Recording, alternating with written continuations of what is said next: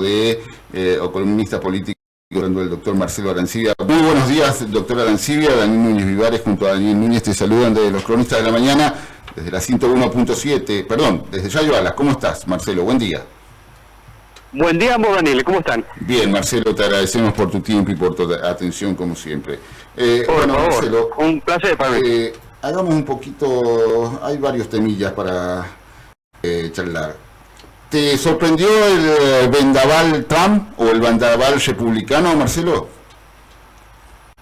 Bueno, a ver, uno lo ve muy a la distancia, y por lo que decían las encuestas, ha sido un gran fracaso, porque daban un empate técnico y en algunos de estos estados donde la cuestión estaba muy discutida, muy pareja, con alguna leve ventaja a favor de Harris. Eso no ha ocurrido. Trump ha ganado contundentemente, ha ganado en votos, ha ganado en el colegio electoral y ha ganado en poder político, porque va a tener mayoría en el Senado y posiblemente mayoría en la Cámara de Representantes, que vendría a ser la Cámara de Diputados. También ha logrado, bueno, algunas gobernaciones que eran viejos bastiones del Partido Demócrata. Sin duda, bueno, ahora hay que hacer un profundo análisis, porque Trump ya no es un outsider que ha llevado la política como en el año 2016. Claro, es una persona con un discurso radicalizado, extremista, al cual nadie lo puede sorprender en cuanto a los electores norteamericanos. Habrá que ver, bueno, cuál ha sido la falencia del gobierno de Biden, de la candidatura de Kamala Harris, y algo que se está discutiendo a nivel global, porque uno advierte que en la democracia occidental hay un fuerte avance de la extrema derecha, y lo que vendría a ser su contrapeso, que es el centro democrático, la centroizquierda, ha comenzado a tener perfiles que, está claro, han mutado aquella representación democrática, republicana, con un discurso universalista, y ha comenzado a tener un discurso identitario, que termina siendo un discurso muy rechazado por las grandes mayorías, porque el wokismo no es menos discriminatorio que lo que es la ultraderecha norteamericana, europea, o aquí mismo, en la Argentina. Yo creo que esa disyuntiva la tenemos en la medida que se instale la idea de que en Argentina en el 2025 va a haber una polarización entre Milei y Cristina, entre los libertarios y los kirchneristas, porque, bueno, de esa trampa que al cual han caído muchos países con democracia mucho más consolidada que la nuestra, han comenzado a transitar, y evidentemente, pone en atención cuestiones que se consideraban ya dejadas en el pasado y que evidentemente no lo están.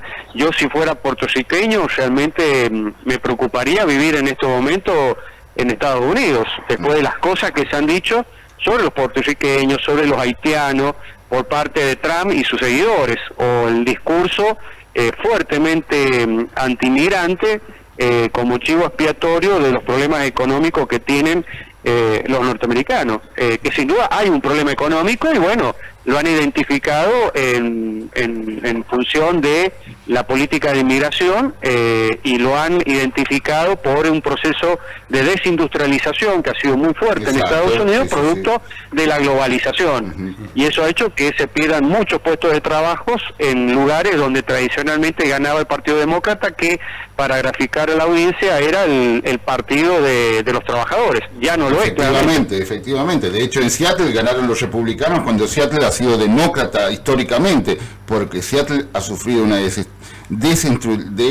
gran crisis económica desde Lehman Brothers, ¿no, Marcelo?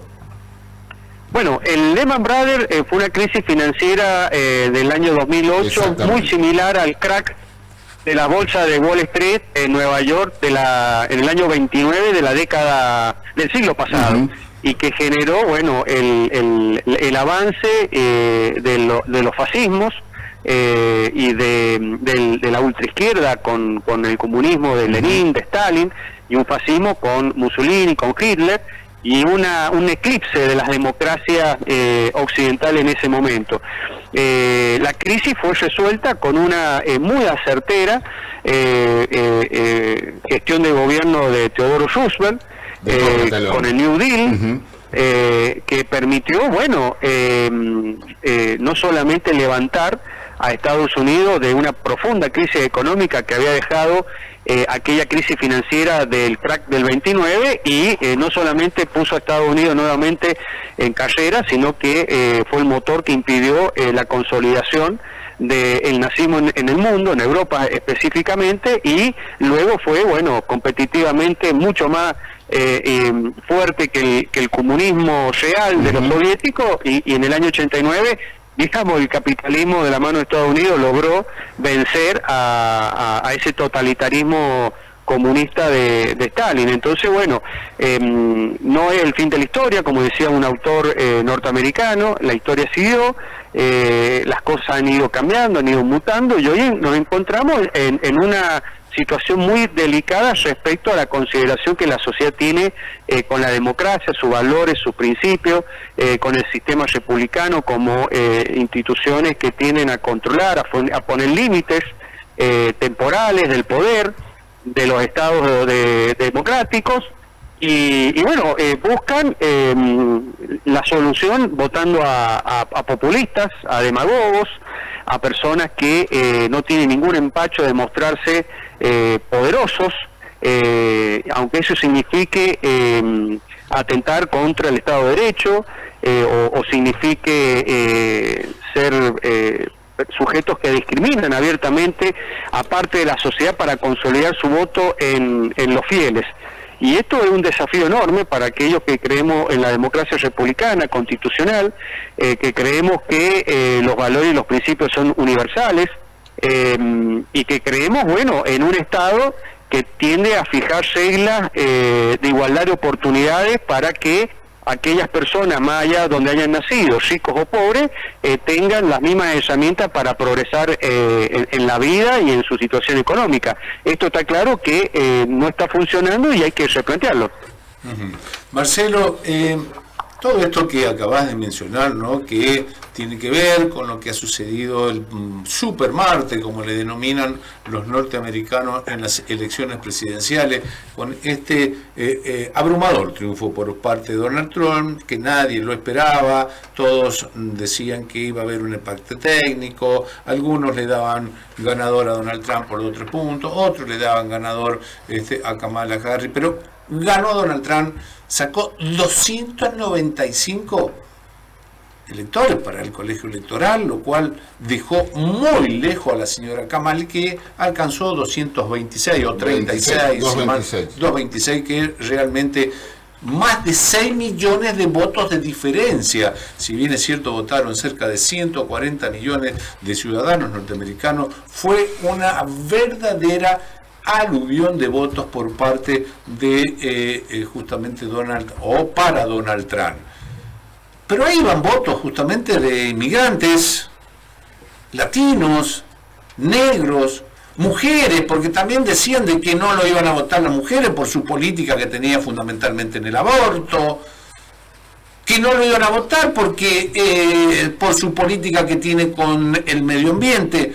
La verdad que todos fracasaron, no solamente los encuestadores, sino hasta inclusive los analistas políticos, ¿no? Sí, hoy hay un artículo en La Nación de Carlos Pañi que es gracioso pero muy reflexivo respecto a la peronización de los Estados Unidos de Norteamérica, con un Donald Trump que levanta la bandera de la soberanía política, la libertad económica, y solamente debe hacer un poquito de esfuerzo de justicia social, porque vos has descrito perfectamente la demografía de los votos de Trump, que han mutado, han cambiado, se han ampliado con respecto a las otras 2 elecciones que él participó, en el 2016 y en el 2020. Ha habido mayor voto de los latinos, mayor voto de los negros, pero también de las mujeres, y no solamente los sectores más castigados por la situación económica. Es muy llamativo el mapa de dónde ganaron los demócratas y dónde ganaron los republicanos. Los demócratas en los estados que están más vinculado a la globalización, que como Nueva York o California, claro. y bueno, y Trump gana en el interior profundo de los Estados Unidos, donde se ha visto la crisis económica de este proceso de desindustrialización producto de la globalización y el avance tecnológico, que son cuestiones que por más que Trump intente parar, le va a costar muchísimo lo que se está hablando, y esto es lo que dice Pañi con respecto a la peronización de Estados Unidos, porque bueno, las propuestas son proteccionistas en materia económica y comercial, claro, de imponer un fuerte arancel a las importaciones de los productos chinos. Eso va a impactar en todo el mundo, porque bueno, China es un gran proveedor de bienes de capital, pero también de insumos para producir en el país y en el mundo. Acá ha habido una falsa creencia de que la victoria de Trump nos beneficia a los argentinos, y me parece que acá hay un fuerte malentendido. Puede haber algunas coincidencias en el plano ideológico parcial, porque el proteccionismo, la soberanía económica se aparenta más a Cristina Fernández de Kirchner que a Javier Milei. Con Javier Milei creo que los lazos están por aquella batalla cultural que ellos pretenden, no al aborto, no a la diversidad sexual, no a la discriminación positiva, etcétera, pero en materia económica Cristina está mucho más cerca que Javier Milei con relación a Donald Trump, y esto lo que puede llegar a generar es que tengamos problemas, porque no es solamente habilitar préstamos del Fondo Monetario como Macri logró durante la primera gestión de Trump. Lo que se ganó en préstamo, entre comillas, porque ese préstamo no sirvió para resolver los problemas económicos del país, se perdió en cuanto a mercados, porque Trump, al aumentar los aranceles, al aumentar la tasa de crédito en Estados Unidos, bueno, los capitales no vinieron. Y acá hay gente que se está haciendo los chuleros de que con la llegada de Trump se va a facilitar la llegada de capitales para invertir en diversos emprendimientos en la Argentina, por ejemplo, a lo que nos toca a los sanjuaninos con respecto a la megaminería. Y esto no es así, porque una persona, ustedes saben, para construir un proyecto minero, las empresas mineras no es que la pongan de su bolsillo, salen a recaudar fondos a distintos fondos de inversión, a las bolsas de comercio, etcétera, de Estados Unidos, de Canadá, y si las tasas de interés en Estados Unidos a los fines proteccionistas que procura Donald Trump se elevan, y bueno, esos inversionistas no van a venir a la Argentina a invertir, van a especular financieramente comprando títulos del Tesoro de Estados Unidos. Y como los argentinos hacen hoy por hoy, especulando entre vender los dólares y hacer una diferencia en con plazo fijo y después volver a comprar dólares. La famosa bicicleta financiera. Bueno, la bicicleta financiera no creamos los argentinos, que es un invento nacional y popular, es algo que existe en el mercado mundial. Y bueno, en la época de Macri, esas políticas económicas de Trump nos afectaron muchísimo, y fue tal vez uno de los tantos condicionamientos que tuvo Macri, que terminó haciendo fracasar su política económica y el retorno de Cristina al poder. De hecho, no vaya a ser que lo de Biden sea lo mismo que le pasó a Macri y vuelva Trump, no mejor, sino todo lo contrario, peor. Con Alberto Fernández y Cristina. De hecho, aún recuerdo cuando tuvieron que viajar de emergencia porque no podían entrar los limones, gran exportador en Tucumán sobre todo, los cítricos, los limones sobre todo a Estados Unidos, ¿no, Marcelo? Bueno, acá nosotros tuvimos problemas con el tema del mosto concentrado. Claro. Porque se habilitaban denuncias de dumping, etcétera. Entonces no es una buena noticia que Donald Trump llegue al poder de Estados Unidos a partir de enero del año que viene. Yo creo que no nos debemos confundir. La batalla cultural, donde puede haber algunas cuestiones que compartan muchas tal vez Trump y Milei no van a resolver los problemas económicos de los argentinos. Nosotros, para resolver nuestro problema económico, debemos tener un acuerdo sólido y conveniente con el Fondo Monetario, pero también necesitamos que lleguen inversiones a raudales para comenzar a generar riqueza, generar trabajo y terminar con esta pobreza escandalosa. Y Trump no promete, no se avisora con Trump ese escenario. No obstante, bueno, lo que acabas de mencionar, esto es una realidad, justamente teniendo en cuenta la política económica que podría implementar Donald Trump en los Estados Unidos y globalmente, ya lo hizo público, un arancel del 60% para China, sí, fundamentalmente, y habla de un arancel del 10% para el resto de los países. Pero ya el presidente argentino logró tener una comunicación telefónica en la tarde-noche del día de ayer con Donald Trump, hablaron unos minutos, ya hay, bueno, viaje pensado por parte de Javier Milei para un encuentro no solamente con Donald Trump, sino también con Elon Musk, que aparentemente sería parte del gabinete de Donald Trump, de acuerdo a algunas informaciones, lo cual podría haber alguna de estas noticias que ha manifestado justamente Donald Trump de los aranceles, alguna negociación por parte de la Argentina para, bueno, de alguna forma tener un libre comercio más fluido entre la Argentina y los Estados Unidos. Yo creo que hay que esperar un poco cómo se dan las situaciones, teniendo en cuenta que, bueno, lo que está sucediendo desde septiembre en adelante en la República Argentina es como que hemos avanzado un poquito en materia económica, como que ya hasta inclusive algunos analistas económicos dicen que salimos de la recesión. ¿Vos lo ves así? Bueno, a ver, hay que ver qué es lo que pasa. Tanto ya no asume, los mercados ya están reaccionando. Sí, Esto no van a esperar la asunción de Trump para empezar a tomar medidas. Habrá que ver también la transición de acá al 20 de enero, en que asume formalmente Trump la presidencia de Estados Unidos. Yo creo que acá nos tenemos que enfocar también, además de la cuestión internacional, donde el presidente ha tomado una postura muy dogmática, de alto riesgo. Nosotros tenemos graves antecedentes de atentados por haber pretendido un estatus que no tenemos a nivel internacional, con decisiones como el tema de la votación en contra del embargo a Cuba, que fue todo el mundo contra dos países y una abstención, que puede afectar nuestro reclamo en la Nación Unida por las Malvinas. Sí, se dirá que esos reclamos son medio al cohete porque al final de cuentas no pasa nada. También tenemos que decir que es una batalla a largo plazo poder recuperar nuestras Malvinas. Y también, decir que Milei en materia internacional no se guía por intereses, sino por cuestiones, digamos, dogmáticas. Y eso me parece un error.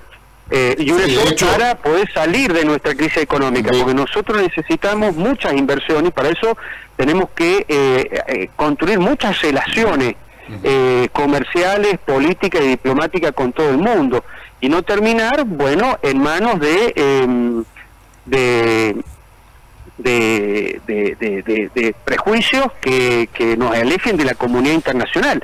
Obviamente, con la llegada de Trump al poder, ahora lo que va a haber es una internacional ultraconservadora o de ultraderecha que, van a tratar de replantear la economía global, y ese planteo no nos sirve a nosotros. Porque, por ejemplo, en Europa, los partidos que se alinean con Trump o se referencian en Trump, de la ultraderecha, lo que quieren es ponerle fin a la Unión Europea. Exactamente, claro. Y poner fin a la Unión Europea, también implica un nuevo escenario comercial del cual no sé cómo nos vaya a ir. A Inglaterra, a Gran Bretaña no le fue bien salirse de la Unión Europea con el Brexit.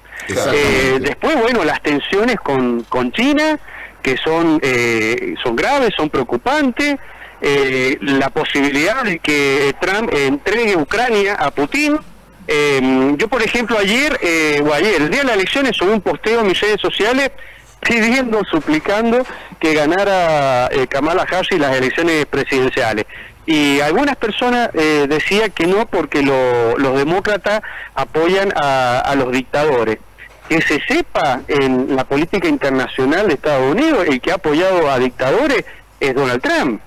Él es amigo de Putin, es amigo de Orbán, él se juntó con el dictador el líder supremo Kim Jong de Corea del Norte, Marcelo. Claro, y en la campaña dijo abiertamente Trump que él necesitaba arrancar como un dictador en Estados Unidos, en el gobierno de Estados Unidos, para ordenar las cosas.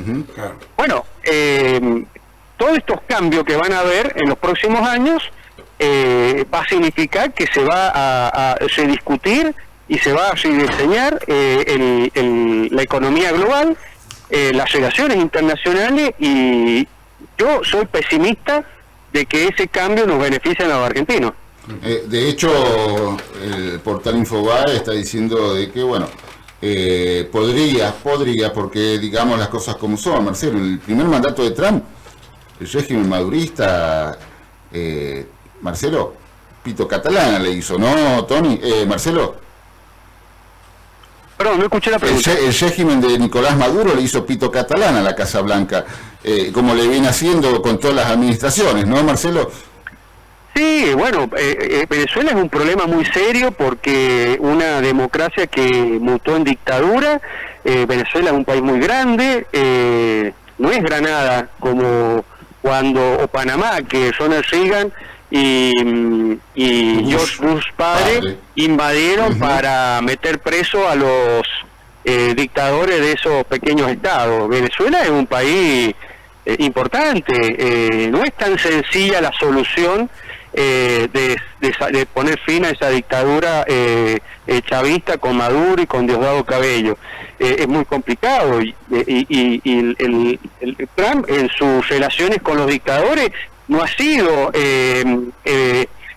para invocar los derechos humanos, para invocar el respeto a las democracias o el retorno a las democracias. Entonces me llama la atención los malos entendidos, las confusiones que hay con respecto a Trump y su vinculación, por ejemplo, con Latinoamérica.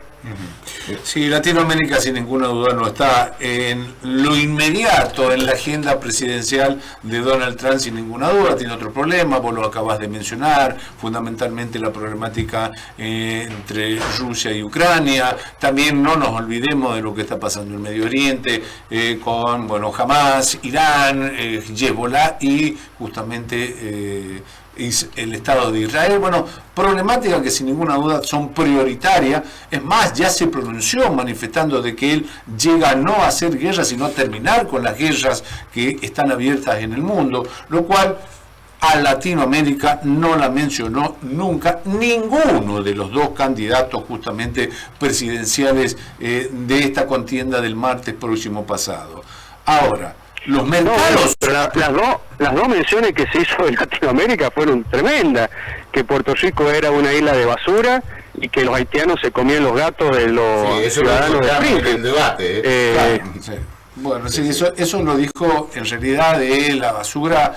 Sí, pero el aval, hubo un aval pero tampoco lo presidencial, no hubo nadie lo salió a desconocer. Claro, lo dijo un humorista. Un humorista, ¿no? Pero avaló. Claro, y no lo avaló un candidato, como dice recién Marcelo. Lo avaló un presidente, porque Trump ya viene de ser presidente. Claro. No obstante... es como haber dicho acá judío de M. Claro. ¿O no, Marcelo? Claro, hubiera hecho una cosa así. Claro. A ver, no obstante... los mercados no se hicieron esperar, ayer los mercados van por otro perfil, a los mercados poco y nada le interesa la calidad institucional y democrática de un país. Mira, volvamos al tema de Latinoamérica y introduzcamos el tema del lenguaje político. Milei a sus opositores en el Congreso de la Nación o dirigentes políticos que salen a cuestionar sus políticas, él tiene esa manía de deshumanizarlos y tratarlos de ratas. En el Congreso de la Nación para él es un nido de ratas. Bueno, eso él lo toma de una estrategia que elaboró Trump cuando se lanzó a su primera candidatura presidencial, y Washington, todo ese establishment, que él venía a combatir, él los llamaba gusanos. O sea, para él, los que se oponen a Trump, sea desde el Congreso, sea donde sea, son todos gusanos. ¿Quién fue el primer político que deshumanizó a su adversario, enemigo o contrincante, denominándolo gusanos? Fidel Castro. Claro. Fidel Castro llama a los exiliados cubanos en Miami los gusanos de Miami o de Florida. Entonces, ¿me entendés? Y eso la gente, y en Florida hay una comunidad cubana inmensa, y creo que después viene la venezolana, todos emigrados por la persecución política y el desastre de las economías cubanas y venezolanas. Ellos ganó Florida, lo aplauden, lo festejan. Es un cambio de cultura, no comprender. Pero a ver, es un cambio de cultura internacional. Esta forma de ser que tiene el presidente de la nación, que puede o no gustar, le gusta a muchos ciudadanos de la República Argentina, y de hecho no le está yendo tan mal, teniendo en cuenta que tiene tan solo un puñadito de diputados y solamente 7 senadores, y ha logrado algunos avances en materia legislativa con el apoyo, está bien, de la gente del PRO, logrando que el veto o los vetos, y que ya se saque de alguna forma esto que se hablaba de los jubilados, y a nadie habla de los jubilados, logró el veto.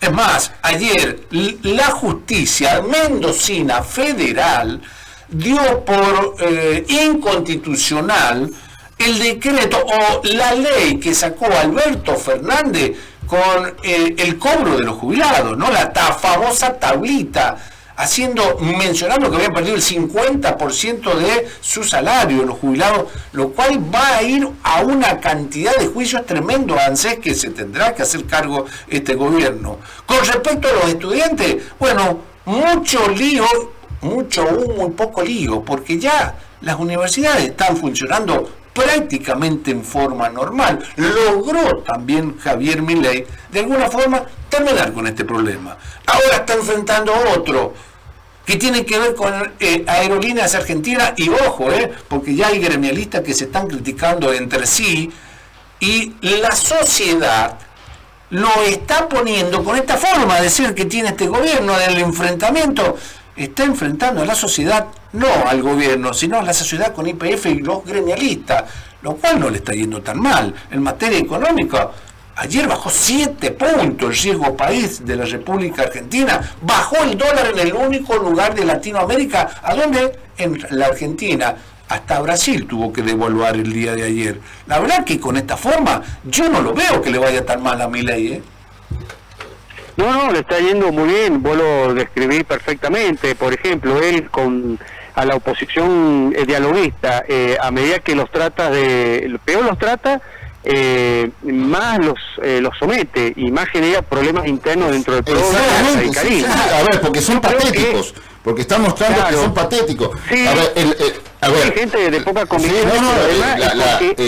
Y se lo dije a alguien que conocemos mutuamente, al doctor Zuleta, en una entrevista la semana pasada. Es triste, muy patético la figura de Mauricio Macri, de un expresidente. Ahora resulta que porque están todos negociando, claro, qué pueden lograr a cambio. Claro, necesitan negociar, por ejemplo, un juez de la Corte como el hijo, y aparentemente habrá sentido, está tan informado como nosotros, la figura de la doctora Peñafort para el año que viene en la Corte, la doctora que defiende a Cristina Fernández de Kirchner, Marcelo. Bueno, por eso, pero fundamentalmente los sectores dialoguistas. Yo creo que Cristina es más pragmática, ella quiere defender a la Corte para zafar. Por supuesto. Pero los otros están especulando y se humillan a cambio de ver si pueden recibir algún espacio de poder dado por el presidente de la Nación, y el presidente, que no es ningún tonto, es muy vivo, se aprovecha de esto y bueno, va llevando a los palos a estos sectores que están ahí viendo si reciben un cargo, si una candidatura el año que viene, etcétera. Lo que ha logrado Milei es romper la unidad de estos partidos políticos. Exacto. Que hoy están en un estado de descomposición y casi que no representan nada. Eso es, Marcelo, a nivel general, pero internamente también dentro del gobierno es un nivel de humillación tremendo. Habla de un muy poco amor propio por parte de una ex canciller de Mondino, ¿no, Marcelo?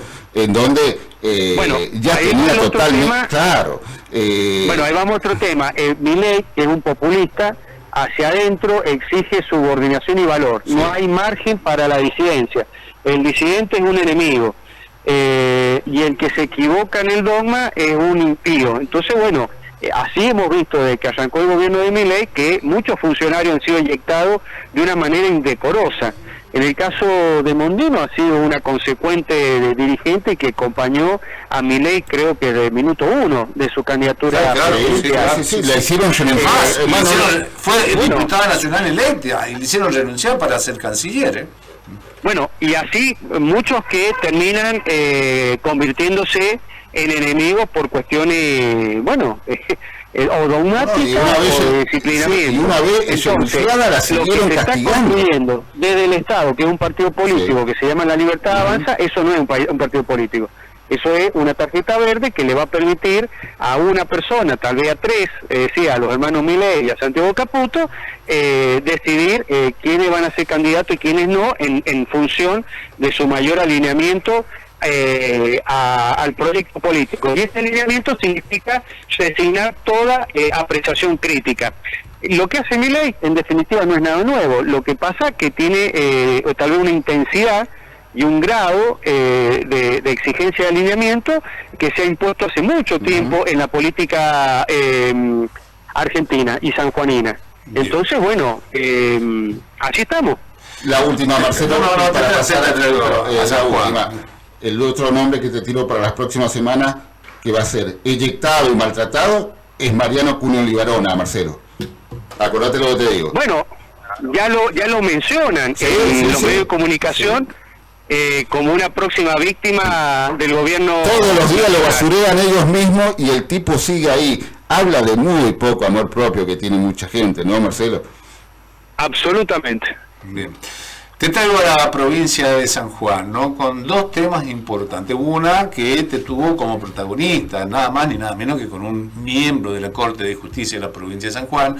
Estamos hablando justamente del doctor Victoria, Juan Carlos Victoria, que no solamente es ministro de la Corte, sino que es el presidente del Colegio de la Magistratura en nuestra provincia, ante algunas declaraciones que realizaste y que tienen que ver justamente de la forma que se eligen los jueces en la provincia de San Juan.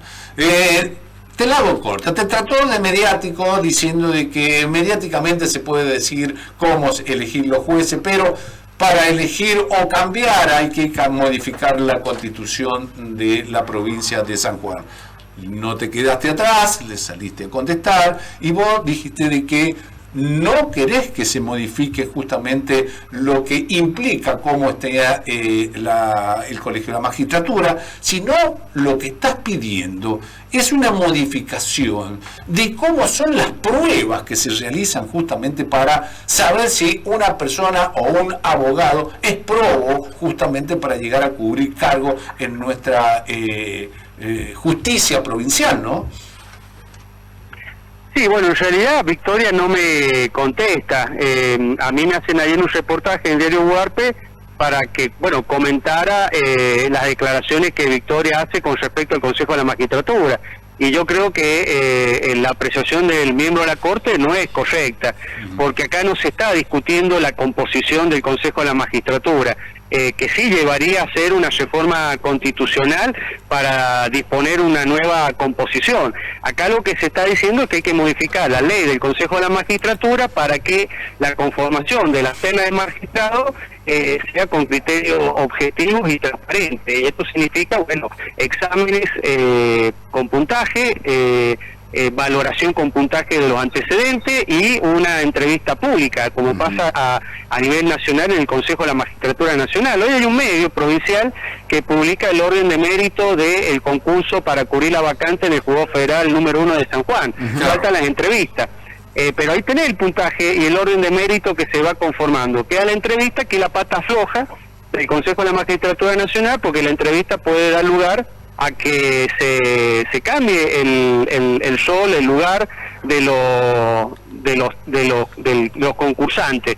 Es decir, tal vez uno que va a 20, a partir de la entrevista le dan tanto puntaje que termina, no sé, tercero, y queda finalmente ternado.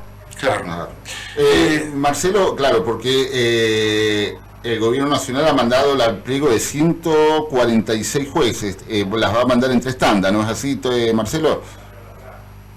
Sí, esas ternas ya están hechas. Claro, son anteriores al gobierno de Milei, o sea, el concurso está hecho, lo que ha hecho Milei es elaborar las ternas. Claro. Y las va a mandar o las está mandando al Senado de la Nación para el acuerdo. Bien, bueno, yo creo, ¿no? Esto es una opinión muy particular. Que las ternas ya están.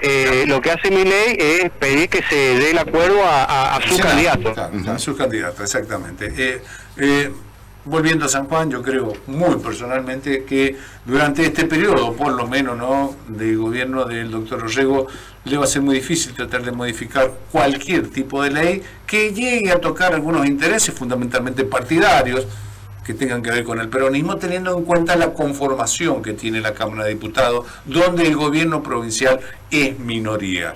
Ahora, te llevo a otro tema que tiene que ver también con San Juan, porque aparentemente ya hay ofrecimientos, se están ofreciendo solos los muchachos, ya tiene su segundo candidato para las próximas elecciones en la provincia de San Juan, el doctor Orrego, ya tiene su candidato a vicegobernador, ¿no? No sé, no estoy enterado. Chanampa se anda ofreciendo que sería el candidato, justamente lo dijo público en un medio de comunicación, que sería una fórmula, Orrego Chanampa. Chanampa es un amigo. Bueno, pero es el bloquismo. Bloquismo hasta ayer acompañó al peronismo durante 20 años, acompañó a la Junta Militar en la década del 70-80. La verdad que es poco acompañó a Yaur Alfonsín, acompañó a todo el mundo. Acompañó a Menem. Les viene bien. Ahora son trampistas, seguro, sí, Marcelo, ¿no? La verdad que es poco serio lo de Chanampa. Será por el bloquismo propio. Claro, el bloquismo propio que está tan degradado últimamente, ¿no? Bueno, está bien, pero veamos la parte positiva. Se desprendió del populismo kirchnerista. Sí, bueno, pero son los mismos. A ver, Marcelo. Pregunto, ¿no? Si estuvieran en estuviésemos en Venezuela, ¿por qué irían? ¿No? Irían maduristas, serían maduristas, Marcelo. Sí. Yo no estoy en el frente electoral del gobierno. Bien. No sé qué es lo que van a hacer, si va a haber o no un acuerdo con el bloquismo en términos electorales. Lo que uno ve en la legislatura es que el bloquismo está acompañando al gobierno de Orrego. Marcelo, ¿y el GEN qué va a hacer?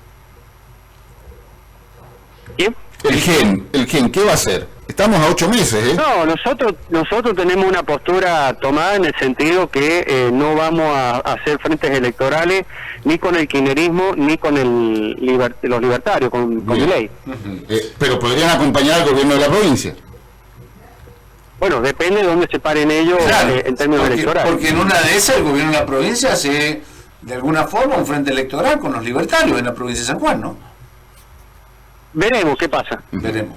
Todavía es muy pronto. Sí, pero ya se están hablando de candidatura, Marcelo. Marcelo, te damos las gracias por tu tiempo, por tu atención en esta extensa entrevista y obviamente te vamos te vamos a estar consultando cuando la información política así lo requiera. Que tengas buen día, Marcelo, muchísimas gracias por tu tiempo. No, por favor, muchas gracias a ustedes. Hasta luego. Hasta luego, muchas gracias. Fue el doctor Marcelo Arancibia, hablando con los cronistas de la mañana.